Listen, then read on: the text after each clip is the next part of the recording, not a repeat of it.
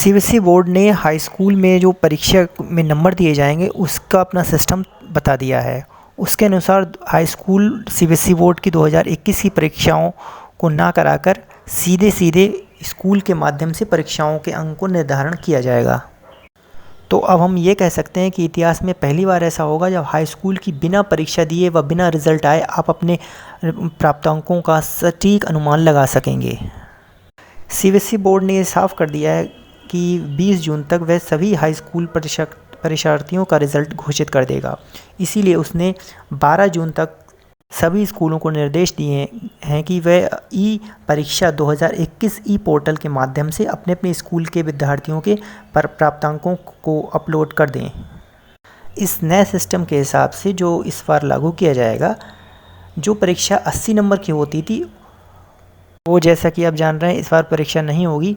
तो 80 में से 40 नंबर तो आपको प्री बोर्ड से मिलेंगे, 30 नंबर अर्धवार्षिक परीक्षा यानी हाफ ईयरली जो एग्ज़ाम होते हैं उसके हिसाब से मिलेंगे, और 10 नंबर यूटी के हिसाब से मिलेंगे, और शेष 20 नंबर वैसे ही स्कूल के परफॉर्मेंस के आधार पे आपको मिलेंगे। कुल मिला के निष्कर्ष यह निकला कि पूरे 100% मार्क्स स्कूल द्वारा ही निर्धारित किए जाएंगे, स्कूल के टीचरों के माध्यम से ही दिए जाएंगे, जिसमें वोट का कोई योगदान नहीं होगा। आइए अब हम एक एग्जाम्पल के माध्यम से समझते हैं कि इसमें कैसे नंबर मिलेंगे। मान लीजिए एक कोई स्टूडेंट है, उसका नाम है राम, उसे मैथ में प्री बोर्ड एग्ज़ामों में 80 में से मान लीजिए 72 मार्क्स मिले हैं। तो जैसा कि हमने बताया है कि इन 80 में से 40 नंबर तो इसी के आधार पर मिलेंगे। कहने का अर्थ ये हुआ जो 80 में से 72 नंबर मिले हैं वो हुए आपके 90%, यानी 40 में से 36 नंबर तो ये हो गए आपके। इसी तरीके के हाफ ईयरली एग्ज़ाम में उसे 80 में से 64 नंबर मिले थे, यानी 80% वहाँ भी मिल गए थे। कहने का मतलब ये हुआ जो हाफ ईयरली में बच्चे को 30 में से नंबर देने थे, इस 30 के हिसाब से 80% हो गए 24 नंबर। अब बच्चे आखिरी के यूटी में से 10 नंबर मिलने थे, यहाँ पे यूटी में से मान लीजिए उसे 10 में से 9 नंबर मिले हैं। तो अब इन सब नंबरों को अब हम जोड़ के 80 नंबरों में से कितने नंबर मिले हैं ऐसे निकाल सकते हैं।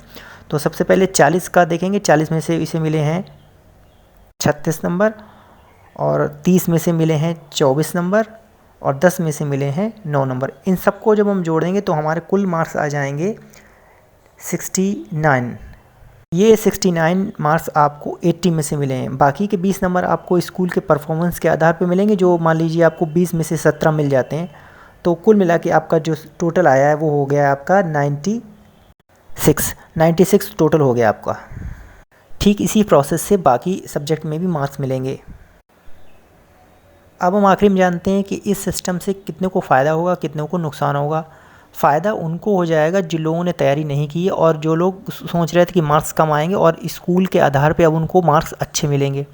नुकसान उनका हो जाएगा जो लोग सोच रहे थे कि हमें इससे भी अच्छे नंबर मिल सकते थे, लेकिन वहाँ उनको मार्क्स उतने अच्छे नहीं मिल पाएंगे। लेकिन ओवरऑल उनको भी फ़ायदा ही होगा, क्योंकि उनकी स्कूल में परफॉर्मेंस अच्छी होगी तो मार्क्स भी अच्छे मिलेंगे, और वो भी बिना एग्ज़ाम दिए। तो फ़ायदा ज़्यादा है, नुकसान कम है। आज के लिए इतना ही। नमस्कार।